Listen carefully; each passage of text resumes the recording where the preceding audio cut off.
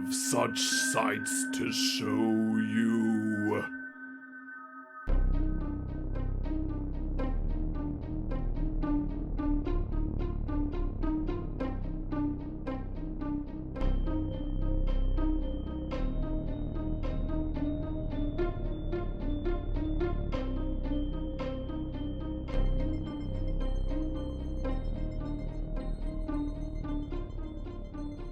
We're Poppin the Scary Horror Podcast. I'm your host, Coale, and with me as always, I have my good friend and co-host, Aaron. Hello. Happy Halloween. Happy Halloween, buddy. Yeah, so this is a little bonus episode we're doing this month since this is a spooky podcast. Yeah. So yeah, just wanting to do another bonus one, and you decided that you wanted to check out the 5th installment of the Halloween franchise. Now whether that was like a landslide win or no, I'd rather just see Mikey over Artie. That's also fair. It might be a little bit of that. Yeah, for sure. It's Halloween. We gotta watch Halloween on Halloween. Yeah, that's fair. That's totally fair. So yeah, So, to get the audience up on general feel on how we've been feeling towards the franchise, Aaron, how would you say you've been feeling towards this franchise in general with how it's been going since we've seen 1 through 4 so far? Honestly, I feel probably a little lukewarm about the Halloween franchise. I like the setting. I like I like Mike all right. But a lot of the movies have come in a little bit lower on the rating side for me, just because, I feel like sometimes the pacing's real slow or, whatever. But, Halloween 3, the one where they just completely mix it up, that was a good one. Halloween is yet to be, like, my favorite franchise. I'll put it that way. But you can't go wrong with a little bit of Mike Myers stabbing action. Yeah, I'm pretty much on par with Aaron. I'm a little more favorable towards certain entries, like the first one, again, because it is very atmospheric and does deliver the Halloween vibes, which I will always appreciate about it. But I'm definitely a lukewarm individual whenever it comes to the franchise, especially with this run so far. And in contrast to Aaron being a bigger fan of 3 for me was a little bit more of a miss on my behalf. I mean, I will never deny the catchiness of that tune, but yeah, especially the 4th one. If I remember correctly, last year we were pretty much like, yep.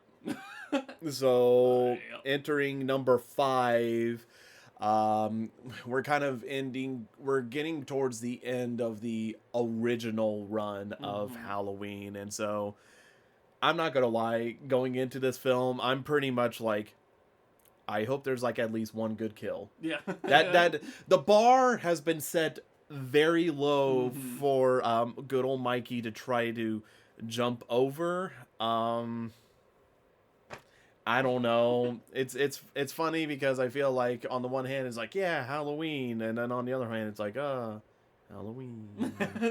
So a little bit of that, yeah. But yeah. I'm trying to give Mikey a chance, but I feel like the biggest entries like that people herald that haven't completely floored me. I don't know. Needless to say, I'm just more so determined to finish a run. Be like, okay, right. I watched every Halloween film. Don't know if I'm that big of a fan of Halloween. Literally was having a discussion with my friend about it because he's more of a Halloween fan and I'm more Friday the 13th fan, and it's one of those like agree to disagree sort of situations there. So yeah. I just, Mikey's pulled some stuff out of the hat before, or at least this franchise has given us some curveballs, so I just want to see something new and interesting, I guess, yeah. Yeah, I think we're definitely being very generous with how Aaron and I are both setting our expectations very low and are hoping to be mildly amused. Yes. So we'll see if we're mildly amused or abused. So we'll be right back after we watch the movie. The movie. Stop it! Cut it out! I have a glandular problem. That'll be $60. And we are back We're from. We just watched the movie. What the hell? It's got to be the most unhinged entry. Am I right? Which is funny because I feel like Halloween is notorious for having a couple of unhinged moments yeah. where it's just like, what the hell was that? But usually, I mean, like Dr. Loomis is always a little unhinged, you know. There's always there's a moment here and there that's a little unhinged, but half the characters in this movie were just from the loony bin. yeah, wow. That bar that I set, I asked for one like special kill that I'm like, wow. Yeah. I don't think it delivered there. No. But it delivered in other ways. But I wouldn't say it was I mean, it's for its benefit, but it's for its unintended benefit. Yeah, you know, the nice things I could say about this movie, it held my attention. I was wondering what the fuck was going to happen next. Maybe not in the best way. Yeah, this film, it's been a hot minute, I feel like, since Aaron and I have riffed hard on a film while watching it, but it was just I could not riff on this watching it. It just the sheer madness of everything. Yeah. Story, characters, editing. For sure. Yeah. We are bewildered. Yeah. We're two bewildered boys on this pod today. Bewildered boys. Yeah. So, good news is, I definitely had fun watching it. Yeah, true. Me too. It was in the spirit of things, you know? We had a jolly Halloween-y time. It did succeed. Mm-hmm. I would say, to put it politely, it made it over the bar, but it tripped on the bar and fell in the most spectacular way. Yeah, wow, what a slapstick-ass movie. It's, I can't say that I had a lot of moments of suspense when our main boy Michael was on screen. It was mostly goofy. His mask is untucked the whole time, and he just looks, I don't know, out of place in every scene he's in. It's in his own movie. It's, dude, I'm telling you, it's wild. Like, it's absolutely wild whenever it comes towards Michael's presence in the film, which I'm sure we could discuss later. Because, like, I was talking with Aaron, and it's like, you know, I definitely remember him having a lot more of at least, like, an aura. Yeah, he's got a presence to him. And that's what makes Michael Michaels, that he's staring menacingly in the background, you know, in the shadows.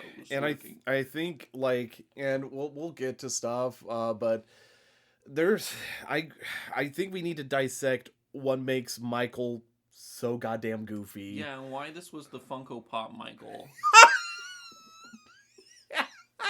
No, it's not even Funko Pop. It's by Funko Company, but it's like the weird off-brand stuff you get in the soda can that's like, yeah. I don't know what style this is or what is going on here. But oh my gosh, dude. So he was like a caricature of himself. He was constantly like hiding behind one twig in the background of shots while all the characters just like ignored that he's there.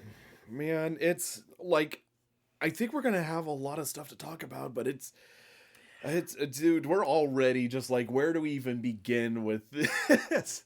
Yeah. Man. Let's begin with the plot. Yeah, plot, sure. Let's add structure to this unstructured movie here. So, you guys remember Halloween 4? Nope. Me neither. We didn't either when we started watching this. Yeah, but it picks up right at the end of that one. Yeah, it picks up at the end of that one, focusing on Jamie, which, always have to say this during sequels, spoilers for any Halloween film before this one, 1 through 4. Yeah. Who is the daughter of Laurie Strode and was the main focus of Michael in the previous entry. She's now basically having to chill out in this clinic. Children's hospital. Yeah, children's hospital area. And she starts having a lot of these nightmares flare up again, because guess what? Jason didn't die after falling in that hole and having a drop of TNT dropped in the hole. Nah, he's alive, which I'll definitely talk about.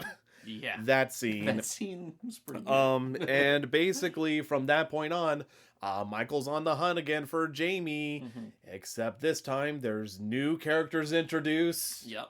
They sure are. They are there, and they're sure doing things. Potentially, yeah. So, and meanwhile, Dr. Loomis is more schizophrenic than ever, trying to capture Michael before he unleashes his evil upon this town once again for a 5th time. Yeah, Mike. Technically, it's fourth time. Because Halloween 3 was, technically, technically speaking. Actually, you know what? No, technically, you're right, because he terrorized as a child. True. See, there you go. 5 See, times Aaron charm. putting me in my place. Yeah, except I put.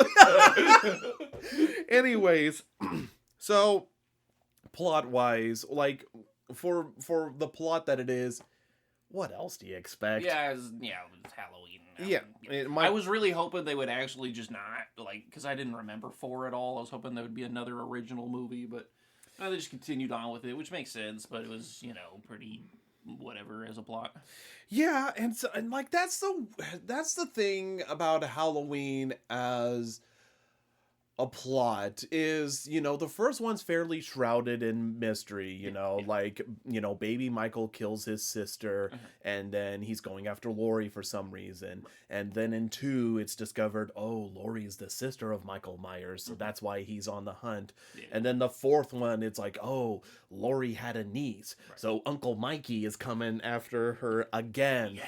And then the 5th one is like, he's going after her again, but it feels like every installment after the first one, they're trying so damn hard to give Michael a reason for why he is what he is. Yeah, and they're trying to give what was fundamentally a pretty 2-dimensional character. Let's be honest. Guy wants to kill his sister, and that's it. He wears a mask, and he's evil incarnate. They really characterize him through his therapist the whole time, and there's only so much mad rambling that you can make that guy do to make Michael make any sense. This movie, I feel like they tried to sneak in some other elements to characterize him, and then we could talk about what they do with those elements and spoilers, but they don't do a lot. Well, that's a weird thing. I feel like plot-wise, I understand they're technically doing what a sequel should for a universe and kind of adding more stuff, answering more questions. Right. But I feel like the answers I'm getting sound like bullshit. Yes, for sure. I think the, it seems like they're trying to scramble for answers rather than it coming from a place of ooh, wouldn't this be cool? Be like, okay, why the fuck does Michael do this? And it's just and the answers aren't very satisfying. Nor are they really answering any. I feel like I've left with more questions than answers, and I think to an extent the plot wanted me to do with that, but also to a larger extent it kind of falls flat. Yeah. So plot, for having such a simple thing of just have Michael Myers go around killing people. I understand you have to spice it up a little bit with narrative, but it just feels like the narrative they went with just sucks. It just sucks. There's no 2 ways about it. And the trajectory the plot goes is insane. Yes. It's really insane. It's really not that different as far as zoomed out, just looking at, scenes, this happens, great. This scene, this happens, great. It's not that different from another Halloween franchise entry, but all the actual details of every scene is what makes it totally bonkers of a movie. So, pretty much, I think Aaron said it best and everything, but you could tell, not really fans of the plot. Yeah. But again, we weren't really expecting... We weren't expecting much out of the plot. I wasn't expecting cinema, and we didn't get it. So. So let's talk about some characters here. We've talked a little bit about him, but Donald Pleasance returns He's back. Yes, he's back. And wilder than ever. It's so weird because he's definitely had some moments of just being absolutely wild. Yeah, and it like makes sense within the context, especially for and he's like desperate to stop this guy that he knows is a wild killer that's going to kill people, and like people aren't listening to him. But now we're like 5 movies in, and people are listening to him, but he's just like more desperate than ever, and so he's just shaking a child like, "Why won't you work with me?" Oh my gosh. So that's like the frustrating thing, right? Because, like, whenever we first watched Halloween, you just straight up were like, this guy's insane. Yeah, I yeah. don't like him. And then with me, I'm like, I kind of like it. He's just, like, pretty much, like, been focusing on, trying to help Michael. Now he wants to kill him because he knows there's no hope. Mm-hmm. This movie genuinely made me hate this guy. He's not doing things the right way. And mind you, it is not Donald Pleasance's fault. No. At all. No. It is purely the script. Yes. Like, he is literally having to create art out of a pile of shit, basically. Like, genuinely. Yeah. Like, They, like, because I freak hate... out on this child and action, and he's like, Like, okay. and, like, sure, like, I can understand how one would be like, oh, he's just like, feral, Michael's been at it for too long and he's getting frustrated. And so he's going to be shaking a fucking traumatized child, screaming, be like, why won't you work with me? But the reasons he is don't make any sense. This is a child who can't speak. Yeah, it's frustrating. And I'm just like, oh my God, this fucking guy. Yeah. This guy, he just is frustrating because he's been battered and bruised a bit, and whenever it comes to him being like hostile towards things, it's like towards the wrong direction. But then whenever it comes towards like if he ever like is trying to find Michael, he's like, Michael, I'm just a weak old frail man. You have to trust me, Michael. Yeah, just speaking to him like softly, cooing him like a baby or something like that. Meanwhile, fucking bone back breaking children be like, you must work with me. Where is Max the dog? Yeah, like his intensity and insanity has made sense in previous movies because I feel like it's usually directed towards like incompetent police or something. Like you have to go after him, Yeah, and it's like that makes sense. But like in this movie, like he's doing it towards his like objective allies, and I feel like they try to make it make sense. He's definitely scarred up from his previous encounters with Michael in this movie. He's got shit all down his face, his hand is all burned up.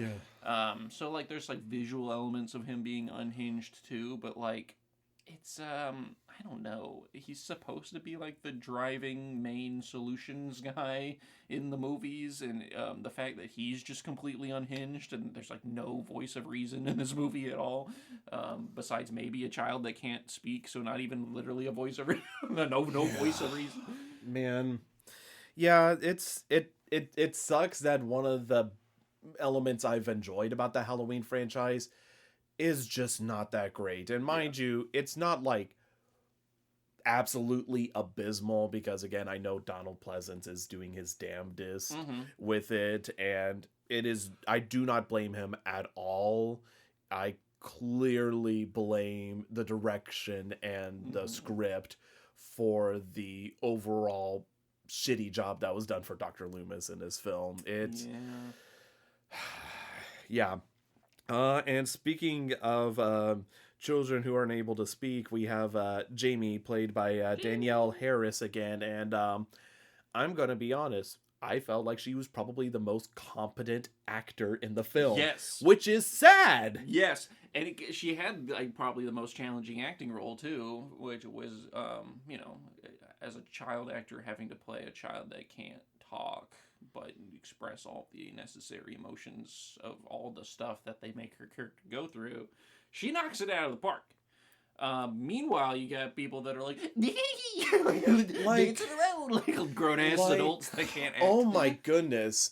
The rest, like going forward, the rest of the acting is so bizarre, which is surreal. So I honestly have to give some freaking major credit towards Danielle for her performance, because whenever this film came out, she would have been like, I want to say 12 or something like That that, makes because she was sense, born yeah. in 77. Her character is 9 in the movie, but I'm sure they cast it a little older. Yeah, so she's born in 77. Film comes out in 89. So yeah, she's 12, which is crazy. It's crazy that she's 12 years old and is acting laps around everybody. And Yeah. I'm not gonna be fucking stupid. Like, would I say it's like the best child performance I've ever seen? No, but it's so bad by comparison that she's like elevated even further. Yeah. Like, just because she's like, hey, she's competently acting, and like whenever she's having to speak, but she can't speak and trying to scream but it's not able to scream or do anything like that, I believe her. And like whenever she's acting like she's possessed, having like visions or anything else like that, I believe it, which in all honesty I think is what helps add credibility to this film, because if her acting sucked, there would be a lot of scenes that would just be dragged down measurably. So in all honesty, Danielle's I'm gonna be honest, is probably the only one pulling this goddamn wagon. Yeah. Like, which is really depressing, because I don't know what the hell it was. And mind you, my acting requirements, at the very least, it doesn't have to be groundbreaking. It just has to be like fun. I like it. Yeah. Yeah. And I would say it's fun, but in the worst way possible. I feel like, Sure. of like, oh my gosh, because it's one thing if it's like horny teenagers of Friday the 13th, kind of like, They certainly yeah, have some horny they're teenagers. in this movie. they're delinquents. But whenever you have everybody, including the ones that are supposed to be responsible, acting like delinquents, Yeah. it's just insane. That's true. There's no voice of reason beyond like a 9-year-old in this movie that can't speak. Which is wild. Yeah, That is absolutely insane. Right. Like there's nobody's parents are around. It's just like teenagers and Dr. Loomis and a bunch of cops. and nobody's doing things correctly. Bro, it's, oh my god, it's wild, dude. And I don't know, we could speed around like the main 4 teenagers, or yeah, speed round's probably 4 or appropriate. 5. Yeah, so we have Rachel, played by Ellie Cornell, returning to her role, and I don't know what it is. I just felt like she was here merely for the paycheck. Yeah, she's the blonde one. Yeah, right? What I Has assume some she was. relation to Jamie. Yeah, and she was in the previous Her film. She was stepsister. the one that was like driving the truck, Yeah. the final girl, and She's there to be some titties on the screen, to be honest with you. Like Mm-hmm. I'm not saying that as a misogynist myself, though I am. Saying that as whoever wrote the script was a misogynist, and they were Well- like, we need some titties in here, and that's the role she plays. well, and it's wild because I had to look and confirm to make sure Ellie was in the previous film. She was. Okay, yeah. But you would not guess that with the fact that she acts like she hasn't gone through any shit. Right. She's just like, whoa, isn't this fun? Woo! Yeah, let's have a party on Halloween. Just, it's, I Go don't, to these dark, I scary places honestly alone. was like bewildered, because I started second guessing myself, and I'm like, if I like, you don't have to create like hugely traumatized character going through that horrific shit, but have some sort of like, hey, I'm a little nervous around Halloween, Right. after all that crazy shit that happened. After this town has been dealing with this for 12 years, they said out loud. Like, It's, oh my gosh, it is. surely he's not back, despite the fact that my clairvoyant stepsister is having traumatic dreams about him being back, and then I see him, and then anyway, we're gonna go party on Halloween It's with no supervision.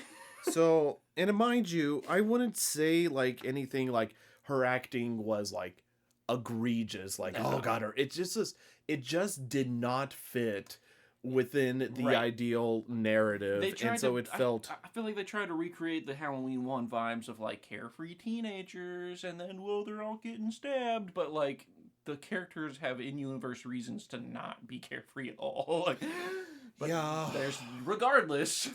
it's, dude, I don't even know. And then we have like her BFF that pops up, Tina Williams, played by Wendy Foxworth, The and wacky friend who's just wacky. boy, oh fucking boy. Turn to 11. Do I have some thoughts? Her character also makes no goddamn sense. Or maybe could make sense, but if it does make sense, it's like just even worse. Like, oh my gosh, her priorities are not fucking straight at all. I think that's the point of her character. She's supposed to be like sort of the ultimate carefree, ultimate who let's just have fun. I don't care about consequences of anything. Teenagers are wild and free kind of character. But holy moly, she's annoying. She was so annoying. She's and show up to your birthday with a ukulele and sing. She's one of those bitches. God, she really is. And, like, here's the problem. I don't mind having a character like that.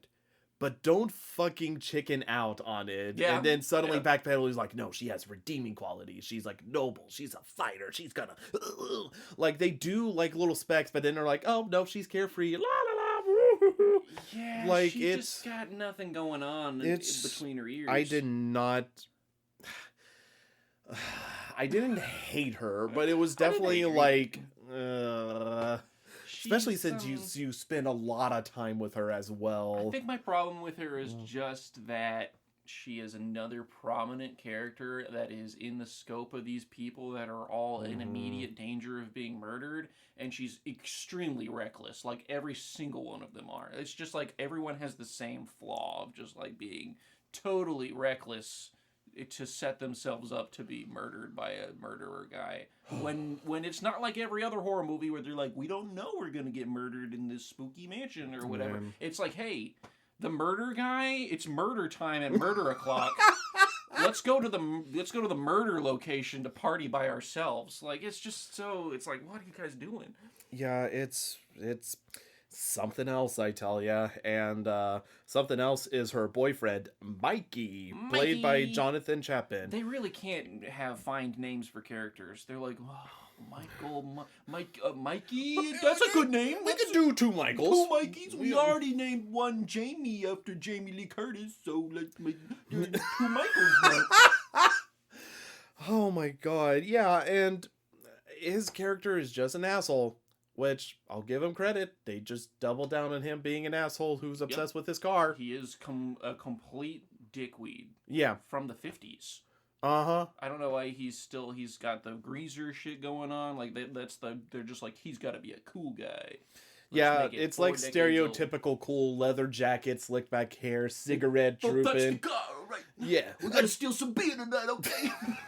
I wish he had that much. I'm giving him way more character than he has. Dude, yeah, they definitely try to play a realistic and subtly, which I think, like, he has, like, a couple of moments that I'm like, okay, that could be funny, but they just don't do that much with him. They don't really bring him up towards crazy levels. It's just pure dick levels. That's about it. Yeah, he's just an ass. There's like not even really any redeeming quality. He's not even like, hey, I'll get you guys beer. Like he's not even like trying to be nice or anything. Yeah, he's just constantly like somebody's trying to be a pal with him and be like, hey, I like your car, and he's like, eat shit and die, dickweed. Yeah, like who the fuck would want to hang around this guy? He's repulsive to everybody. Because like, mind you, again, in horror movies, if you see the obnoxious or asshole kind of guy, you could at least maybe see a reality of, yeah, sure, yeah. I believe they would hang out. They would get annoyed with him, sure, but they hang out.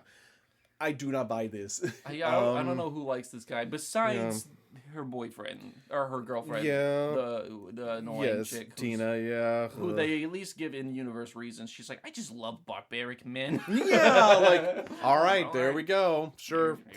And then there's Billy and Samantha, played by Jeffrey Landman and Tamara Glenn.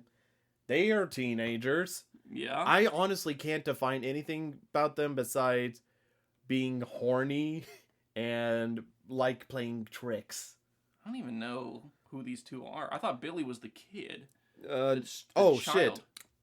See, I don't even know who the fuck anybody is. Spitz is the guy. Spitz, yeah. Okay, yes, Spitz sorry. Is that girl. Billy's the little child actor. He was fine. He had big teeth. Yeah. And his acting... Definitely, I was like, that's the child acting I'm used to in a fifth installment in a slasher series. It was that, and it was also like they tried to, make him be a natural pair for Jamie, and so they also gave him a speech impediment. But like, we don't need two kids with speech impediments in the same movie that constantly talk to each other. We just don't need that. You don't. You didn't need to give them a stutter. Something. So yes, I apologize, Jeffrey Landman as Billy. You sure got a smile. Yeah. No, I'm sure you grew into those teeth. Yeah. Holy fucking shit.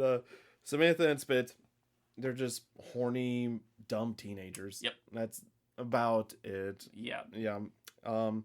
Now let's discuss more about Michael, because let's talk. Boy, oh boy. So, as previously mentioned in our first thoughts about the film, Michael has never looked goofier. Yeah. In his entire lifespan of the series than in this film, because first off, whenever we have the opening scene showing him how he escapes, the pit because they dropped the stick of dynamite in, it shows him like tumbling into a river and just lazy boy floating down. It is the most pathetic, hysterical depiction of Michael. Yes. Normally they leave a little mystery, you look out the window again and suddenly he's gone and they don't explain it and they, leave that up to your imagination. They just show him fighting for his life down this river, looking pathetic. It's so funny too, because I feel like I thought it was hysterical. Yeah.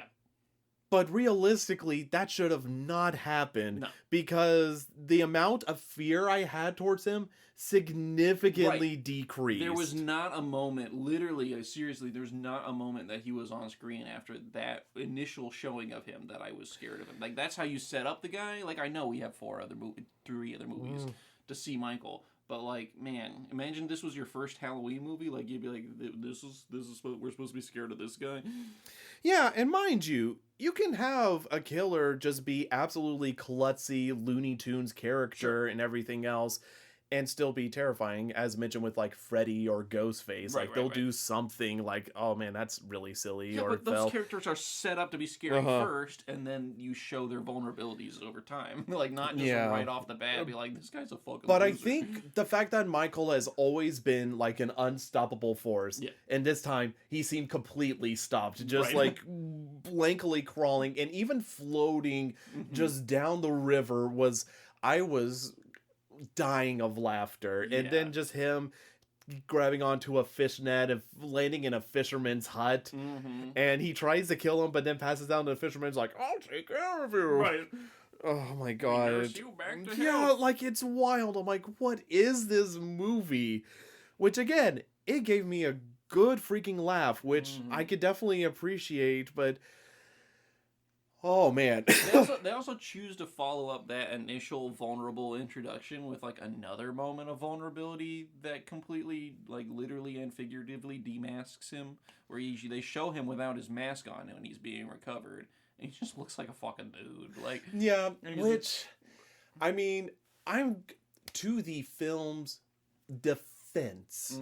We're watching this on the 4K, so maybe on the less refined film, the face was hidden a little bit better. Yeah. But in all honesty, I think it's just funnier just having a clearer view, because he just looks like a regular ass guy. Right, he's just like some dude. It's like right off the bat you take all the mystique and like mystery out of Michael Myers. Like, he was by far not the most mysterious person in this film. Yeah. The most mysterious person in this film is some guy with steel-toed boots that I'm sure we'll get to talk about later. Oh, we will talk about that individual, but I have a feeling that's just going to be spoiler territory.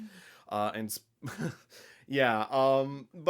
yeah, it's wild. And mind you, again, we've gotten good glimpses of Michael without the mask, and to Halloween's credit, I like that Michael is not like horribly deformed or something like that. Sure, he just looks like a regular dude. Right. I think that's a lot. I don't know. I think it's a lot more powerful as opposed to being like you look crazy, distinct. Like, he just looks like a normal guy. I think if they presented it in a certain way, it would. I think just him being in the background and like you just kind of see his face and hair, and then he just slaps the mask back on, like going to work. Like, it just didn't. The presentation didn't sell it for me. But I get what you're talking about. Yes, like as an idea, but yes, but this film, It's okay. I'm gonna be completely honest. Uh-huh. I understand why they made some of the decisions they did on like having Michael in the background. Yeah. Because they're trying to not make it feel cheap. Like, Michael's literally not there. How can he actually be there? But I think that's the point of Michael. You don't hardly see him at all, except maybe a few glimpses. In this movie, you see Michael everywhere. He is constantly there. And again, and so comically, like, and also in such a movie where they fake you out so often that, like, half the time I was watching, I was like, is that really Michael? Are they gonna do another gag where this is some kid in a Halloween costume? Because it was so hokey, and then then the scene would be over, and it's like, oh, that really was Michael. Like, yeah, I thought it would be like a fake out, Yeah. in which they do have like one fake out, but the rest were just Michael. There was one scene where I was like going to make a comment like, what are you doing with Michael? And I'm like, no, I'm sure it's like some guy. No, it's Michael. I'd be like halfway through a chase, and I'd be like, is this Michael or not? Like, I don't know. Do I care? I don't know. Like, And again, I understand we're watching the 4K, so maybe it's just because it's so crisp quality. Thank you, Shout Factory. But I just have a feeling, even on VHS tape, looking at the blur, you're just like, is that watching Michael this in Myers? theaters, yeah. And it's a lot of it just has to do with where he is. Constantly, like, just like, staring through a window, standing, or like in a car, or like in these situations that like might sound scary, but when you see them in the background, he just stands out so much. He looks so goofy. He is not incognito at all. He is cognito as fuck. Yeah. And they try to do like some scenes, mind you, where there's clearly nothing there, and then whenever it cuts to POV, you see exactly where Michael's standing. You're like, there is no way.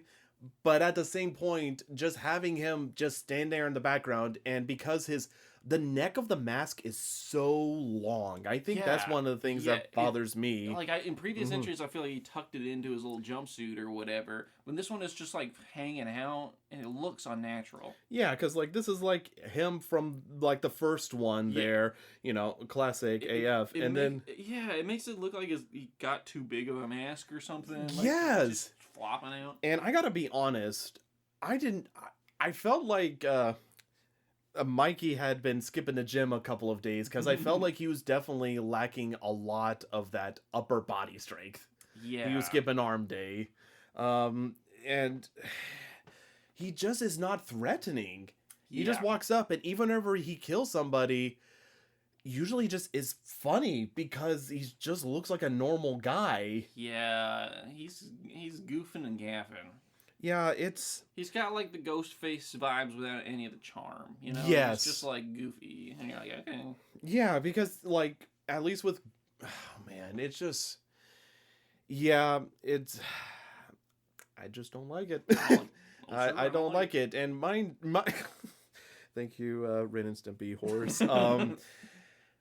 I don't know. It just was stupid. And there's lots of times where like people are trying to look out for Michael or calling out for Michael, and just being able to see him in the background just takes away the mystique, because especially whenever it cuts to like the POV shot of them looking around and Michael's clearly standing there. For sure. There's so many shots of like actors trying not to look at Michael that's very obviously in view and be like, oh, I don't see him anywhere. It's Michael has never been not this scary before, because like maybe my memory's failing me. Obviously 1 and 2 is definitely a lot more menacing. 4, I felt like he was still kind of menacing a little bit, maybe not as much as the first 2 entries. I don't hardly remember that movie, to be honest. I honestly don't, but that's why I'm saying like I felt like he was fine. Probably, just pretty, yep, he's fine. He's Michael. But yeah, wow, this yeah, this film, Mikey, is just a silly Billy. Mikey. Yeah. And that's the characters there. Where do I don't even know. There's just man, I'm just sighing at this point, because I'm like, I don't even know what's a spoiler or what's not, but I guess one thing we could talk about. Yeah. I don't know if we've ever maybe complained this much about it. Uh-huh. The sound editing. Oh, well, the editing in general, but especially the sound editing. Yeah. Oh my gosh, yeah. The sound editing, Just like, dude, it's like so somebody, it's like somebody's wild. on a soundboard doing it live. Yeah, like, it's. I honestly was like, did I seriously hear that? Like, it was so jarring because there's like some stuff, right, where you could tell like they had to redo the line maybe because the mic didn't grab it, and so they're lip syncing, which for the most part, like, it's not terrible, but it's just off enough to where it's distracting. And there's definitely more than one moment where you're like, oh yeah, they like redubbed that line for some reason. It's noticeable. Yeah, and like the sound effects, I swear, they are all over the place. Like, you will have sound effects that abruptly cut off before like the sound's finished playing out, which is so weird. Then you'll have inappropriate, and not as inappropriate as in like, you know, vulgar, but inappropriate as in this is weirdly placed, like a random guitar riff as a girl's walking down a hallway, or cops where it's like boom, boom, boom, but it doesn't even commit to the bit. Right. Like, they were just like, oh, is this funny? Is this not funny? Like, they're doing improv or something like that. They don't quite know what the vibe is, or like the editor didn't get any, like the director did not talk to the editor at all, and he's just like, well, I guess this part's supposed to be funny or something. Like the cops showing up after somebody was almost murdered. I guess let's add in the sound effect. Like, it's pretty corny at times. Gosh, it is unreal. Like, it just, and mind you, it worked out to make Aaron and I laugh super hard. Yeah, but as a film, it's like, levity. What the hell is this? So I don't know. It was bad enough that we had an ongoing bit when we were riffing about this movie, where we were just like, is that a sound effect in that room? Yeah. Let me go check it out. Michael, have you been hiring audio engineers? Like, we were just riffing on just the sound effects alone, which I don't think we've ever done in this series podcast. Like, genuinely, it was alarming. Yeah. There's also, like, in a general editing sense, there were several scenes that you could tell they cut for content or for, like, whatever reason, where they're just having a conversation and then they just cut to the next scene. And it's just like, okay. It's so bizarre. This film just enters almost like the weird area of, why are they doing this? And especially with like the character decisions, a lot of times there, it's just like, what are we going for here? So it's wild. Yeah, and I don't freaking know. Even in the music department, I feel like, you know, they use the theme from John Carpenter. We all love it. They rely on that. They had a couple times where they sort of like did a little homage to in like another format that was like all right, but like, man, overall the sound direction of this movie was a thumbs down from me. Yeah, one thing that is kind of crazy, because I don't really know I don't know if it's spoiler or not. I'll just leave it, but it's just a question of the series trajectory that has gone on, because they'll like allude to certain stuff and then drop it immediately and then other stuff. And while watching this film, as they're like laying out some stuff, they're like, surely they're just not going to drop this sort of stuff there. And the result may shock you. Yeah, right. It's a little discombobulated. Some things don't ever get tied up neatly, for sure.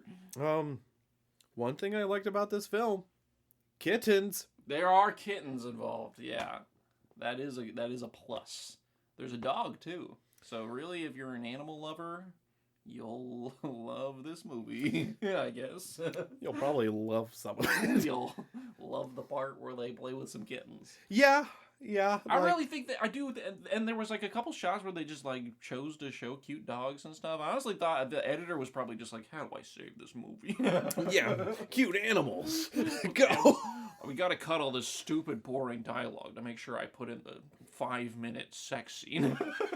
Oh my god. That was like the room sex scene almost, except for the fact That was like, yeah, the male actor in there was probably had a good deal written on it. Like, okay, make sure we get all I think we need a scene where I kiss her upper thighs. Okay, yeah, like, I don't think that's enough. Maybe if I undo her bows with my teeth. Like, yeah, like it was like porn. it honestly was verging on porn, which, mind you, I'm not gonna clutch my pearls at or Yeah, anything else, but it's weird. It's distracting. Yes. It's like, and it goes on for a while. yeah, it's much more than just the typical narrative of like, all right, let's get a little steam in here to like keep the audience's interest, and then we'll move the plot along. Let's give a little boobies for this rated R action. No, it went on far too long Yeah. to the point where it's like, okay, am I gonna see some P&V action? like, because that's given the editing style and the acting happening right now. There's a lot of moans and going on. Yeah. I fully expect to see some pornographic material just on the basis of how this shit was shot and edited. But it's good. It's a good point you brought up. I honestly would have forgotten about it, but you bringing it up just made me go, yeah, it did have it, didn't it? Bro, I don't even know what to talk about without spoiling stuff. Yeah, I'm kind of. we can get to that. Yeah, part. let's just okay. Yeah, there's nothing else to say. Aaron, Yeah. Bubby, what do you rate Halloween 5? The Return of Michael Myers, or Revenge of Michael Myers. That's what it's called. The Revenge. Revenge. It's not the curse. It's not the return. Yes. It's the revenge. Yeah, the revenge. I don't even know what he's revenging, to be honest with you.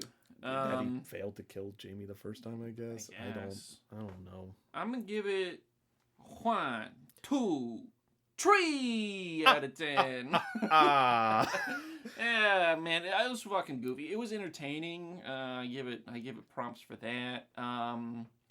Probably, honestly, more entertaining than the original Halloween for me, which I feel like had a lot of dead spots, and that's not a pun. Yeah.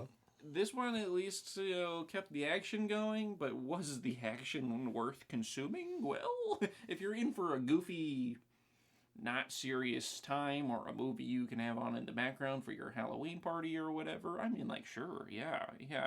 If you want like a sit down, watch a movie experience, like, there are much better films you could put on your old television set. I think we've gone over so much of what we have problems with in this movie, so I don't need to harbor on that. But it was enjoyable. At least 3 out of 10. Yeah. I'm pretty much locked in at a 3 out of 10 for me as well. I'm just gonna get straight to the punch. I will say, out of all the episodes, this is one of the most enjoyable watches, while watching the movie, for how absurd it was. Right. Like, it's like, we know we've mentioned on a lot of times on the podcast, like, yeah, this is like a good film to watch with friends, laugh, hang out. Like, this is just bewildering. Yeah. Like, this is just wild AF, like, seriously. And I really liked a lot of the stuff that really should detract from the film and does, but it just enhanced it, because if it wasn't for that, I think it would just be more even keel, like, okay, yeah. But just how absurd it is, but also a lot of the stuff they do try to do, like, there's some things that I laugh super hard at, but in the worst way possible. Right. And then there's some things, like, I don't know if there's anything the film genuinely did that made me laugh, like they are clearly going for a laugh. Like, I think the absurdity of the choices that were made, both as direction, by acting, by story narrative, all of that stuff just, like, is just so bad it's good. Yeah. Like, that's basically what saves this film, by having it be watchable. Now, after this, am I going to be clamoring to go back and watch this film? Probably not. Again, it would have to be like, if it was playing at a party, I would maybe like, oh, are they playing this scene? Yeah, sure, but otherwise. So, I don't know. there's definitely more things I'm going to remember about it than the previous film, which, Yeah. and I don't even remember what I rated the previous film. I think it was I like, don't either. I think it was like, I don't know. It's probably pretty dadgum close to this, like a 4.3. I don't know. I might have rated a 4 just because it felt at least more competent of a film, but who the hell knows? But this film, it's a wacky 3. It is a wacky 3. And I take your point and I share it. Where if you took out all of the things that were so unintentionally funny about this movie or whatever, I don't think it would be a good film either. Like if you took out all the bad parts that were just laughably bad, I think it would be probably a worse watching experience. For sure. If it wasn't just for the bizarre effect. That's what kept us going through it. Yeah. It like that's what enhanced the experience. Yeah. Like, because if I was a serious fan, that's like, man, I just love Halloween, love how spooky, scary it is, everything. About I think I would be pissed about this. Me too. So, yeah. That's our review. 3 and 3. You know, pretty much on the same page and everything. We're spoiling it. We've tried to hold back, but we're going to spoil it. Aaron, spoil it right now. Stupid movie. It's stupid. I know. It stinks. I love all the scenes of after Michael kills Mikey, and then he's driving around in his car. I feel like Mikey's car is more the weapon of choice for Michael in this movie than the knife is. Like, oh my gosh, like it's wild, right? Because I'm not going to be surprised that Michael dressed up as somebody else. He's done it before, with the ghost sheet in like the first film. Like he's done this move before. Sure. But I feel like he really commits towards like acting like he's the boyfriend, which again, it's coincidental that he kills Mikey and then boop. And his name's also Michael, man. And gosh, he really goes a little farther than you would expect actual Michael to do, like the way they write this movie. Like, not only does he stop for cigarettes, that's the part. Like, it's after he's like gets kissed on the plastic lips by that woman, and then he's driving her, and he's flooring it, and she's scared. Like, from that point forward, he should be in killer mode. But then she's like, "Stop! I want some cigarettes," and he just screeches in the middle of the road and backs all the way up. And, like, I don't know, it's just, and then lets her get out and go to get some cigarettes and waits for her outside. It was truly bizarre, because, like, mind you, like, he's wearing, like, the mask that, Tina gives her boyfriend. He's like, the hell is this? Yeah. Sort of attitude. And he's, like, wearing it, and he's not saying a damn word. And Tina's just clearly, like, being like, he's being quiet, such a Mikey move, Right. like, doing whatever, and then he, like, drives back his cigarettes, or he's like, I want the cigarettes, and so then he stops, and then proceeds to back up to drop her off her cigarettes, and then, of course, that's whenever he's like, I'm going to do the reveal, swap the mask, and put the Michael mask on, get the kitchen knife ready. The amount of commitment, like, this dude probably would have gone the entire time being like, Mikey, it's been 4 months, you haven't removed your mask, what's up? Mikey, when are you gonna propose? Just committing so hard. He's in the kitchen chopping something with his knife, cutting up a ham. Dude, it's so bizarre. It is so... It's a Looney Tunes ass bit. Oh my gosh. And, like, because that's the wild thing, too, because the only reason, like, Tina was saved in that moment is because Jamie, during a pageant, starts having one of her episodes, and then all of a sudden she's able to, like, start speaking in that moment. Yeah. And, like, that scene... I feel like the writers just had to give her the ability to speak. That scene was ludicrous beyond all belief. Oh, for sure. Just, like, big woman.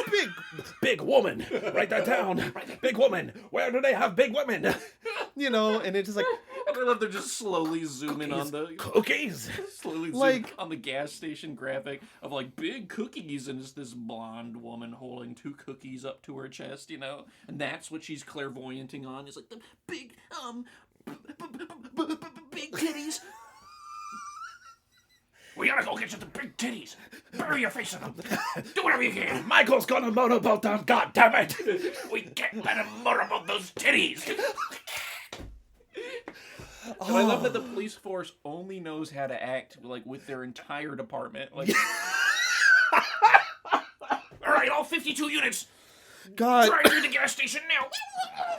like it's wild. Like it's either 0 or 100 with the police in Haddonfield. Yeah, It's like they're all there or and nobody. they're so jumpy. They'll be like, Michael's going this way. Look, send everybody there. Yeah, it's Nobody anywhere else.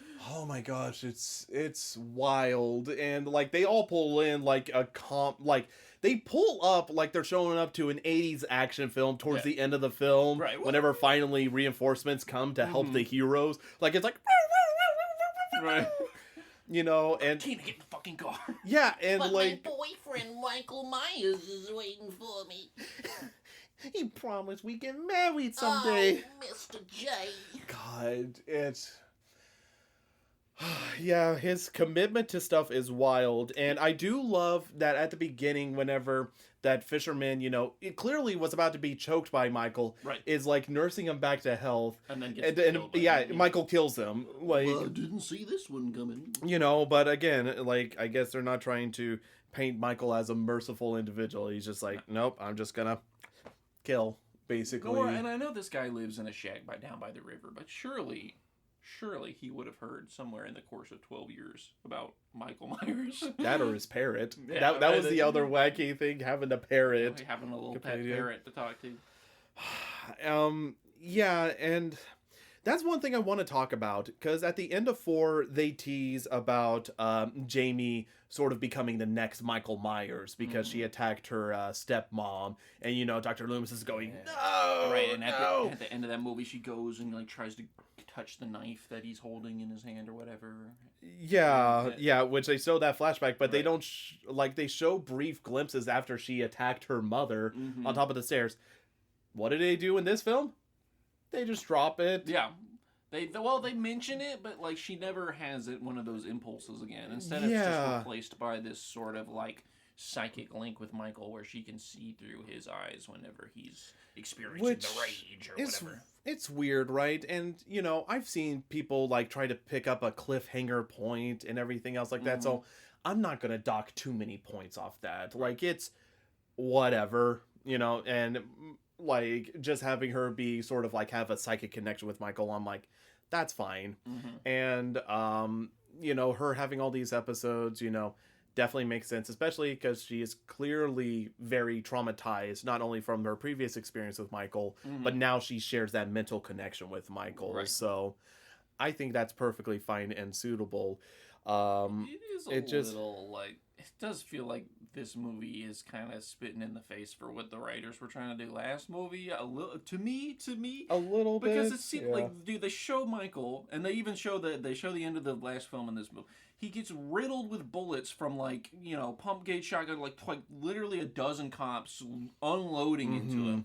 Falls backwards into a well. They drop dynamite down the well to blow him up.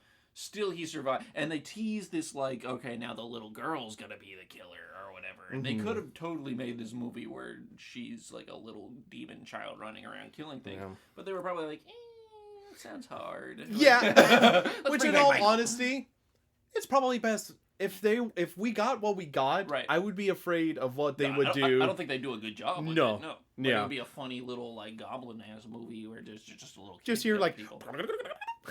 you know, sort of like Scooby-Doo running Yeah. sound effects. Oh my gosh.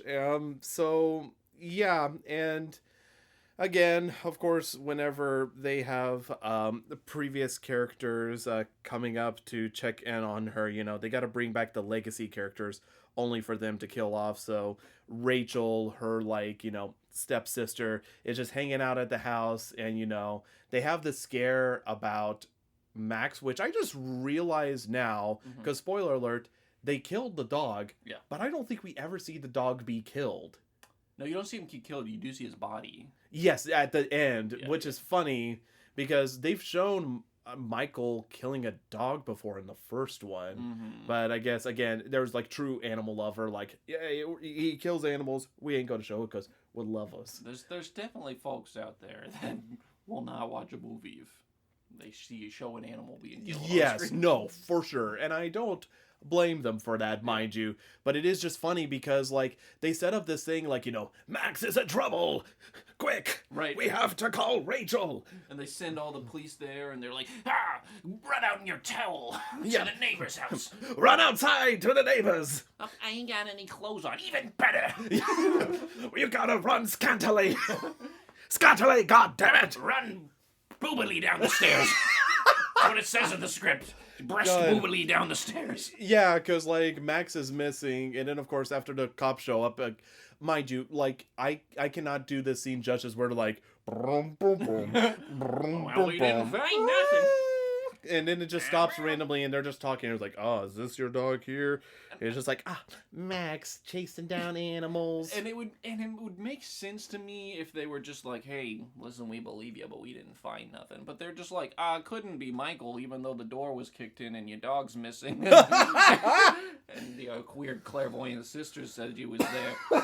Surely he didn't just run away when he saw all the whole town's police force roll up. Yeah, it's wild. And so, of course, because Max ran away, her solution is to tie Max outside. And so, whenever she's walking down the hallway, just chilling, Michael stabs her with scissors after... Yeah, he was just hanging out in the closet. Yeah, he was hanging out in the closet, They didn't mind you. think to check there, I Yeah, guess. and I'm like, okay, I know he's, like, supposed to be hard to see, but when you are literally face to face with Michael and you can't see him... Right, like moving clothes in front of him, and she's like, Oh, I guess I'll wear this. Like, sweater. It's the come- same color as the mask that's staring at me. Yeah, just, like, come the fuck Right.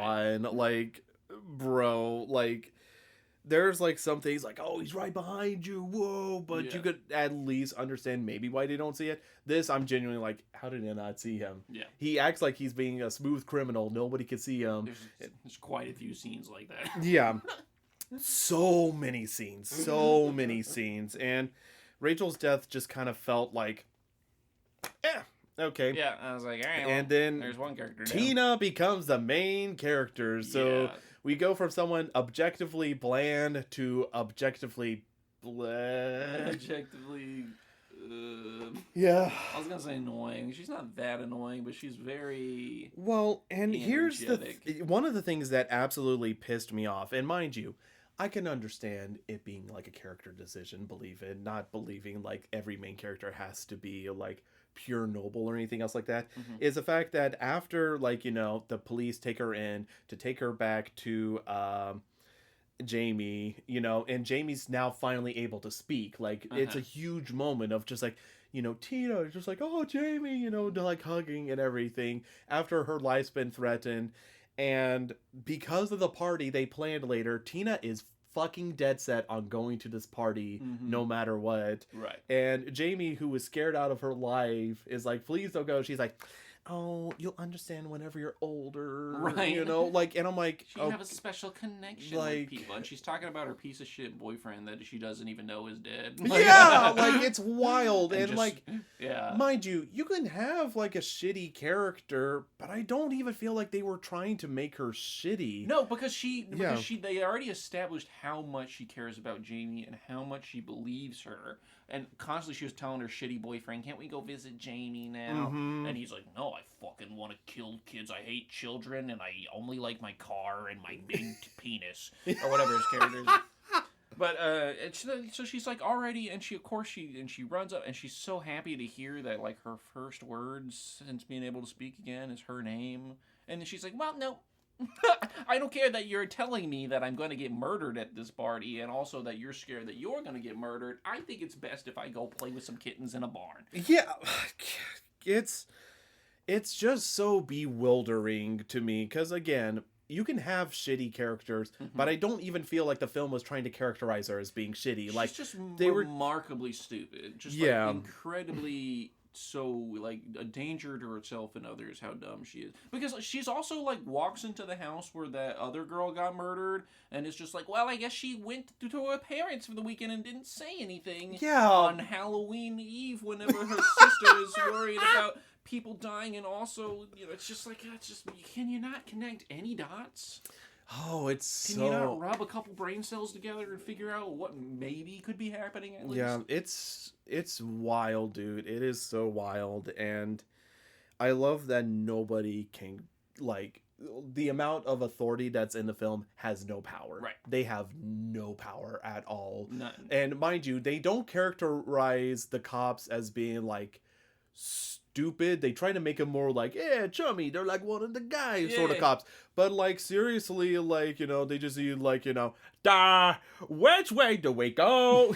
You know, like I would rather them talk like that.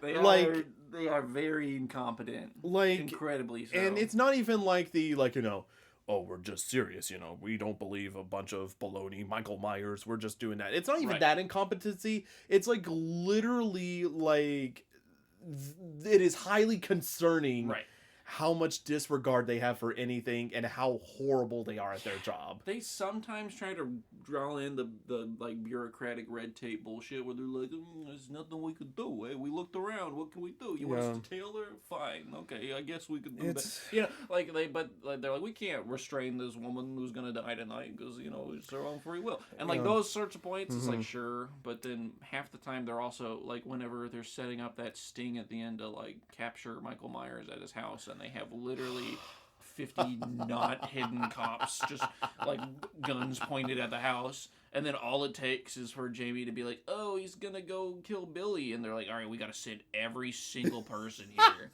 to the children's hospital, which we didn't have anyone at before. Yeah, and not only that, just like with losing Jamie again at the party, and Dr. Loomis is choking a child like, Jamie, you know, like doing that, and it's like, where's Jamie? I can't find her anywhere. She's going after Michael. Right. He's just freaking out, taking the masks off of kids and then like throwing the mask on the ground when the kid's not Jamie. It's bewildering. And then we get to the party, the party. And, you know, it's a bunch of teenagers on Halloween night partying. And then that's whenever you're reunited with, you know, Tina, Samantha, and Spitz. And they get the clever idea, because I guess they know there's cops outside, that they're going to pretend... they're going to pretend to be... Actually, I just realized, did Michael Myers drive in front of them before that scene? Yeah, I think he did. That's and wild. Michael Myers the amount of disregard in the car that Mikey died in. You know what I mean? Yeah. Like all these clues they should have had put together, but didn't, because nobody in this film is observant whatsoever. They're just like, he walks out of the car and they're like, well, it look like a dangerous situation to you, and he's like, nope, let's play cards. Yeah, let's play Crazy 8. Yeah. And then, like, of course, they have like a fake out scene where basically it shows Tina and Samantha running away from a guy that let's be real, it's the exact same costume Michael Myers is wearing, which again, we've seen in Halloween Part 2 how that worked out. But of course, this one, it's like, oh, it's revealed. Oh, it's Spitz playing a joke. Right. It's playing a joke. And it was a lot. It wasn't even just like, hey, I'm in the mask or what. He like has a knife and is like about to stab. Yeah. And they pull their guns, and they have their guns on him for like a hot minute. Much longer than an actual cop would spend before. Oh, yeah. Before riddling this guy with bullets. Spitz would have gotten split and have the bullets. Right. And he's not even fazed by it. He's like, ha, gotcha. And he's just like, and they're waving all the knife at the three cops. going like, like they're just fucking waving around. They're like, you kids are crazy. You guys, you're lucky you're white. Yeah. And then they just run off to the barn, and Samantha really randomly, mind you, no setup at all. It's like, look, kitten. Yeah. Like, it was just like, what the fuck? And it lures them deeper into the barn to find the rest of the kids. Yeah, and they're Which is probably the most realistic trap I've seen in a horror Uh-huh. movie. Yeah, no, Aaron and I were talking about it, and we were like, I'd fall for that. Yeah, I'd be like, even if I was in, you know, immediate danger, I'd be, oh, kittens. Yeah, gotta protect the kittens. Oh, gotta confine them. You know, and so they're like dragged in, and they spend a lot of time in the barn, so much time, because they're doing like a fake out, because like, oh, it looks like Michael's there, and they pulled a gag multiple times where it's like, oh, it's not Michael, it's actually Spitz, but clearly Michael's also in the barn. Right, yeah. And it gets tiring, honestly. I'm like, yep, let's get this out of the way so we can get the actual Michael killing people. It really does. And Tina leaves, and then Samantha and Spitz start sexing up, basically. They're fucking in the hay. Yes. Rolling in the hay, as they say. And then that's whenever good old Michael breaks out a pitchfork to do his own penetrating of Spitz. And then... Which, that scene... Yeah. when we were talking about the sex scene that went on too long before, this is the one, and oh my god, they even like paused to like take out a condom and like oh my gosh, like show it to the camera. Like I was surprised it wasn't like branded and that was their brand deal. To be oh like, my gosh, always wear protection. Like, and even Spitz's expression like shows him putting the condom on. Yeah, and because he's he's like wincing, like, and he like audibly makes noises about it's too much. It's too much. It's vulgar.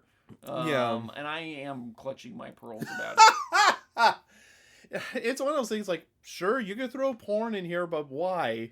Yeah, and it's weird because it's like, besides the obvious like the shower stuff and early on in the movie, like, it's not that movie of a movie. You know what I mean? As far as horror movies go, it's not that exploitative. But then this part, it wasn't even really sexy. It was just uncomfortable. Yeah, really. Yeah, it just was like, I guess I just am watching two people have sex. Cool. Right, yeah. And it was like, I don't know. It's whatever. And so then, fortunately, Michael puts an end to it after 5 minutes of them straight up sexing up and has the pitchfork. And then, I guess this is my favorite kill of the movie, but it's because of how ludicrous it is. The giant ancient scythe he has that he then slits. And mind you, you don't really see him like slit Samantha's throat. You just see like blood slung on the hay.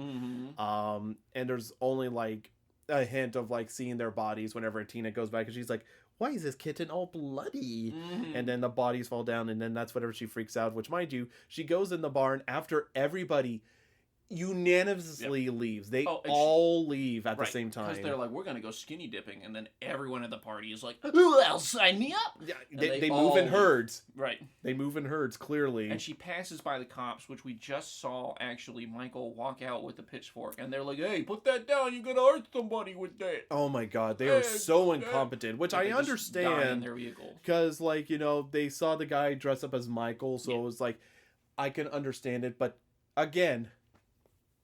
And I know that, that's supposed to be the point. It's like Michael's in a generic Halloween costume, and so, like, how will we know where he is around Halloween time? Because everybody's in this. But you think after 12 years of this shit, they would, like, ban that costume or something? Like, they do something to be like, all right, guys, really, I'm gonna shoot you if you wear that fucking mask. It's just, it's just wild, dude. Why the stores even still selling? Like, imagine a 9/11 happens in your town every single year by the same guy, and then the stores are just selling the costume of that guy, and everyone's like, yeah, that sounds like a good idea. Like, yeah, that's fine. There's not going to be any I problem. know teenagers are stupid, but like that gag after the second movie is like, sure, but then like we're on movie 5 now. Like, yeah, and even people still dressing as this guy that routinely comes back every year. Yeah, and kills and mind you, at least the guy in the second film wasn't trying to chase after people or scare anybody. It's just that's what they decided to dress up as. Unfortunately, got hit by a police car and then exploded. They killed that guy so fast. And then this one,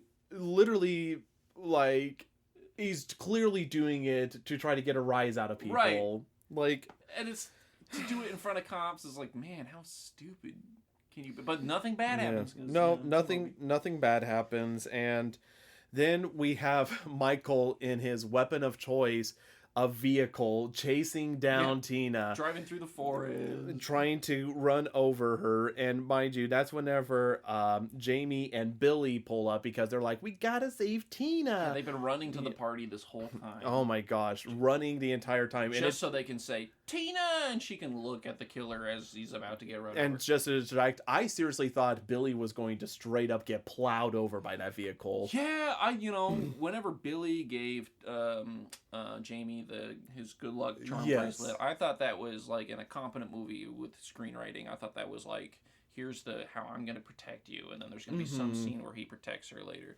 That didn't really happen. I don't think Billy does anything in this film besides like run in tandem with her. But yeah, that's about it. Literally just to be a sympathetic character towards Jamie because nobody else is sympathetic. Which is which is funny because everybody is kind of sympathetic, but then also insane. Like Dr. Loomis does seem to care for Jamie, but then is also like, oh, why won't you tell me anything? Also, I just farted.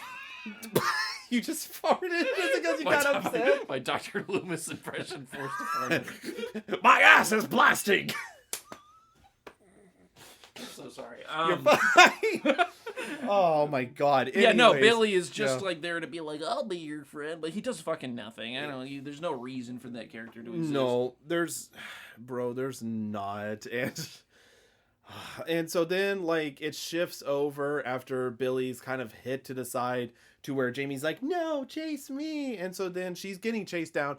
Then Michael just plows into a tree and explodes. Straight up explodes. And I'm like, I don't know why they had that there, just to have to fake out thinking he's dead whenever he's clearly not. And mind you, again, and no suspense whatsoever. We're just waiting for him to leave the which car. is so funny because, again, it could be 4K. Could be 4K to show clearly Michael's just sitting there in the car just silently. 10 and 2, like, all right, I have insurance. And then he's just like, okay, stepping out. And it'll be like, aha, I'm here. And then as he's approaching to kill Jamie, that's whenever Tina makes the ultimate sacrifice to step in and be like, no!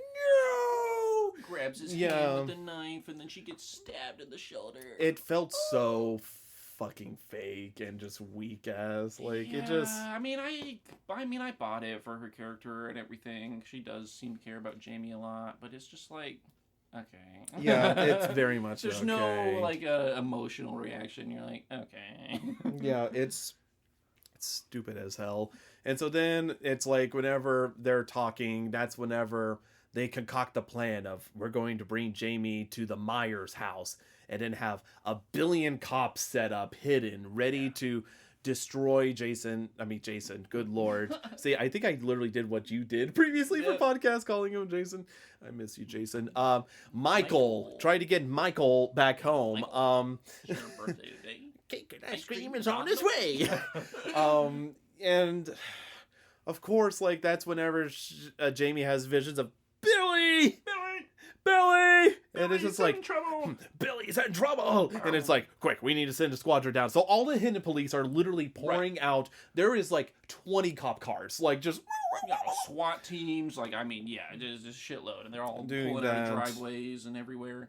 Yeah. Every single officer, despite the fact that they set up, every single one except for the one guarding Jamie, they has to go, apparently. Yeah, they all leave. And so then, like, clearly it's Dr. Loomis's plan, because he knows Michael's not going to show up. Right. Because I guess Michael knows or whatever. And so then, it's set up or whatever, and then the cop is like, okay, we got to take you back to the station because clearly it's not safe being here at the Myers household. And then Dr. Loomis holds him hostage, locking the door. He's like, we're not going anywhere. Yeah, puts a gun to the cop's face, and he's like, Michael Myers is outside. Don't you want to protect Jamie? Yeah, and so then, like, as soon as, like, I guess Michael's killed by, Michael's not killed. Michael kills another cop that the cop protecting Jamie radios to, and then he's like, I'm going to alert the station. Dr. Loomis just grabs that bad boy and smashes it into a billion pieces against the wall. He's like, we're not going anywhere. Yeah. It's just so... completely does not make any sense besides, like, the movie being like, okay, well, we need there to only be these three people in the film. Yeah, and not any like, cops. Dr. Loomis's plan, I have no idea what his plan was. Looney Tunes. No, his plan was. I thought his plan was incredibly obvious because he went to the house earlier, and then he comes and then he lures him back to this house, and the whole time he's like, Michael, you must come to this room that I'm in over here. Please come over here, please. Yeah. To the center of the house where it all began. Well, and it's weird because, like, he had a scene after, like, Jamie's taken away after Tina dies in that field or whatever, and Dr. Loomis is talking in the field. He's like, you want to quench the rage, right, but you must do it through Jamie. He's like doing, like, the good cop thing finally after years of being like, we have to kill him. Right. And he's talking to him, and they literally have, like, a fucking chat, just being like, Michael, we can stop the rage. It's like speaking one-to-one, trying to get him to lower the knife, and then as he tries to grab the knife, that's whenever Michael snaps out of it and stabs Loomis. He falls through a banister, falls on the ground, and you're like, okay, that's the end of Loomis. Right. And so then Michael goes upstairs, and the cop who was wielding a shotgun decides to go for his pistol to shoot Michael, which Michael then goes down, and he's like, I got him. Yeah, he's dead for sure. It just took me. They didn't have me on the force. And I sure shot him. Yeah, I did. Missed a few rounds, and then I got a couple in him. Okay, Jamie, let's go down this rope together. Out the window. He's got a little fire escape ladder It's that he's just- been trying to set up for half of the time Michael's in the house. And of course, Michael's not dead after being shot. He just goes up and then... He busts through the door, and then he, like, teleports to him. Yeah, like, they cut out the part where he runs all the way across the room to him, like... so that he doesn't have time to get a weapon. Yeah, or whatever. and Just then immediately throws kill him out the window to hang him. Yeah, and puts the that's rope ladder around his Jamie neck. escaping. And then you have like a whole sequence, which I understand why it was long. I'm sure they were like, what if she was trapped in a laundry chute? Oh, that'd be super The same suspenseful. laundry chute And that they saw a dead possum in yeah, earlier. the dead possum that Dr. Loomis found whenever he decided to go to the household. And like, I don't know, the laundry chute thing, on the one hand, I'm like, I liked it. I don't know how it'd be second time round, just kind of being it felt a was- little extended. Yeah, she kind But- of hops in that laundry chute to avoid him, falls all the way down to the bottom. It's Yeah. locked at the bottom, and she's in a real pickle, but then manages to climb up the sides of it and even steps on his little knife as he's trying to stab through it to get back up at the top. And I thought it'd be really funny if she just got right back in as soon as he runs up the stairs and just Benny Hill. Yeah, just like a back and forth, never ending chase. But of course, like, as soon as she gets out, Dr. Loomis grabs her. Actually, no, it's not even that moment yet. It's whenever she runs upstairs and she sees all the dead bodies, including the dead body of Max she decides to Ripperoni. Run to the attic and And then there's like a coffin that has a picture of her where Michael stole the picture whenever he killed the girl in the house at the stepsister, yeah. beginning. Yeah, the stepsister. And then there was like rumors like someone dug up a 9-year-old's coffin at the cemetery. Yeah, which I'm pretty sure they Yeah. also, like, off screen sent every cop to. 'Cause they were like, someone Yeah. You know, going off. And they have like this scene, and clearly they're trying to set up some sort of psychological lore or something like that, because she gets in the coffin and then he's about to kill her, and then she's like, Uncle Michael, and then And he has, like, a little stun. He's like, he's like, oh, I'm your uncle. And he's like, Uncle Boogeyman. He's like, can I see you without the mask? And then he's like, okay. Yeah, you know, he just takes it off. Shadow. And you see a then, little tear falls down. yeah, his eye, yeah. And she tries to wipe it away. And then that's whenever Michael snaps out of it. And he's like, I'm going to kill you. And then she runs downstairs. Dr. Loomis grabs her and is like, I've got her, Michael. You want her? Come get her. And I'm just like, what the fuck is this? I know it's a fake out. Like, clearly he's not going to sacrifice the child. Yeah, it's the most obvious trap because he's like walking backwards with her. He's like, you're gonna have to come into this room. Come step in here. Right there on the X, Michael. Step right there. If you want. That is the requirement. That is Ignore all of the acne ink. that is the trade I must make. I've got this large anvil hoisted up. Hoisted up above you, Michael. Once you step on it, I'm going to smash you with the anvil. Which is not too far off because he just drops a heavy chain, It's a chain net that he has on the ceiling. and then he proceeds to riddle him with tranquilizers like Right. Guy that takes 50 shotgun blasts. Surely this tranquilizer will take you down. These puny little tranquilizers will take Michael down. Oh, but that's not what takes him down. What takes him down is he rips off a board from the window and starts. That was my plan all along. Over the head, over and over, and Michael is just like just flailing, arms It up is in the air. so unrealistic. The man who's For, been like, able to 30 take seconds. like bullets. Is getting felled by a dude who just got stabbed repeatedly, is like 70, and is wielding a rotted board that he just pulled from a window and is like with all the strength of a dying old man. Yeah, and then he just proceeds to collapse on him, and then, we did it. We got the Michael Myers. We're gonna lock him up. Put him in the jail cell. And, you know, Aaron and I were probably aware that something like this would happen, where clearly you can't end the movie with Michael in a jail cell or He's gotta everything get out else. somehow. Well, remember that one guy Aaron talked about? With the steel-toed the boots? steel-toed boots has the same tattoo that Michael has, Mm-hmm, that we see, and I have not brought it up because what is there really to say about this guy? He All just they do, literally... they tease him. They tease him. And it's not just like 1 or 2 scenes. There's got to be at least 5 different times where they show this guy walking up to the scene. They don't show his face. They just show his boots and his big old duster. And they constantly like, this guy's going to be important.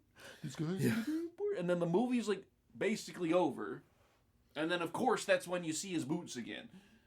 Yeah, and this entire time, I was, like, waiting for this character to be introduced. Like, you know, like, hello, I'm Johnson Johnson, or, you know, I hello. thought it was going to be the guy that, like, you can kill Michael. He's like, you got a monster on your hands. Or something like that, or maybe, as unrealistic as it is, mind you, something like, I'm a returning character. Right. They thought I was dead, but really I wasn't, or whatever. I'm plotting my revenge And on Michael.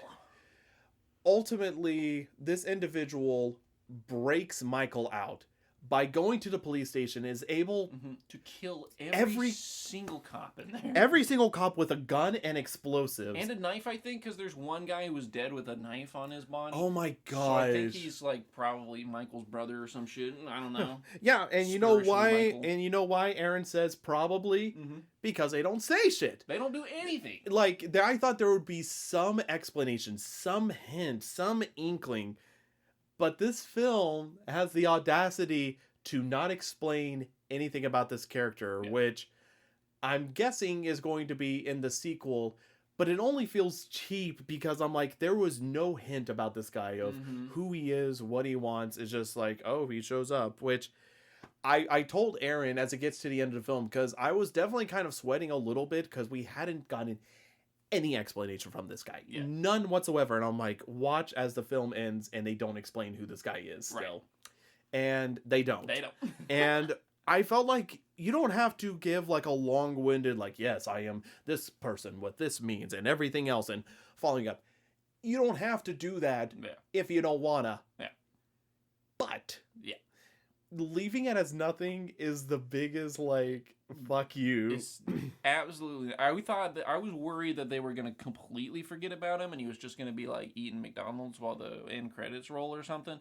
But no, he just he does one big major important thing, and then you still know nothing about him, his motives, who he is, and it's like supposed to be like, ooh, watch the next movie, I guess. But like, well, you didn't show me anything in this movie. Yeah, there was like nothing. There was like no.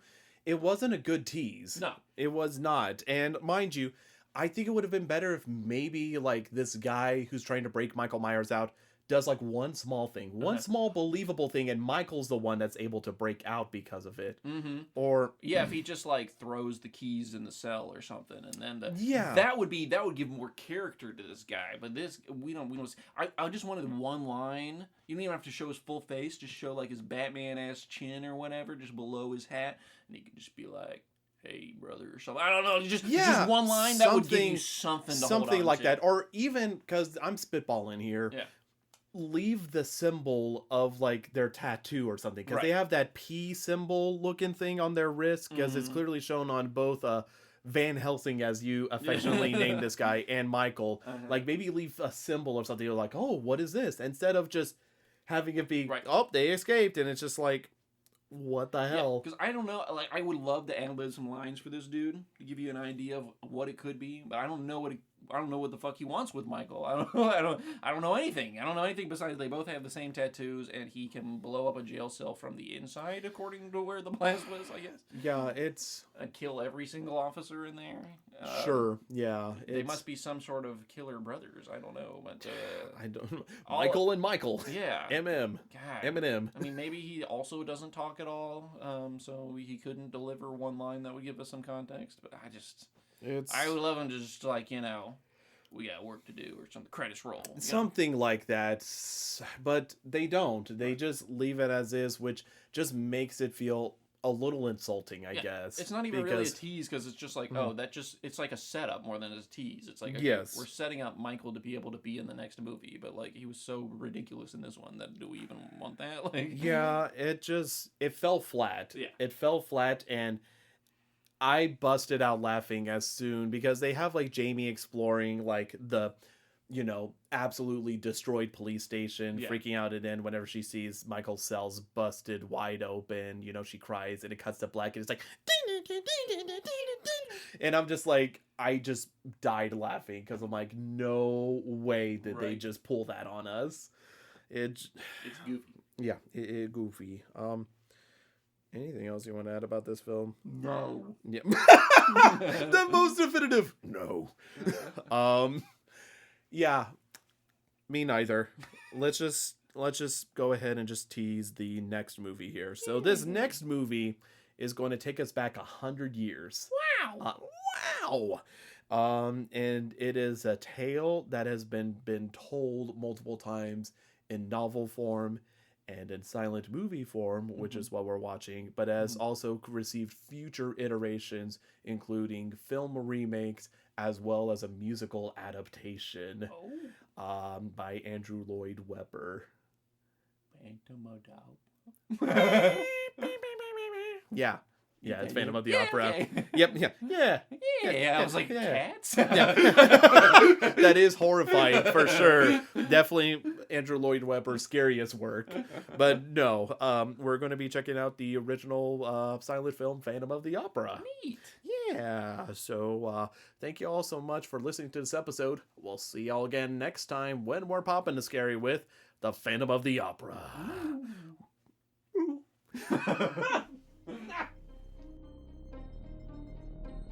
Be sure to subscribe to our YouTube, Castbox, or iTunes platforms to stay up to date when new episodes drop. To see what Aaron and I are up to, check out our respective Twitter accounts. For me, it is @ColkirkVA, and for Aaron, it is @AnimalGameDev. Thank you all so much for listening to our podcast. We'll speak to you all again next time when we're Poppin the Scary.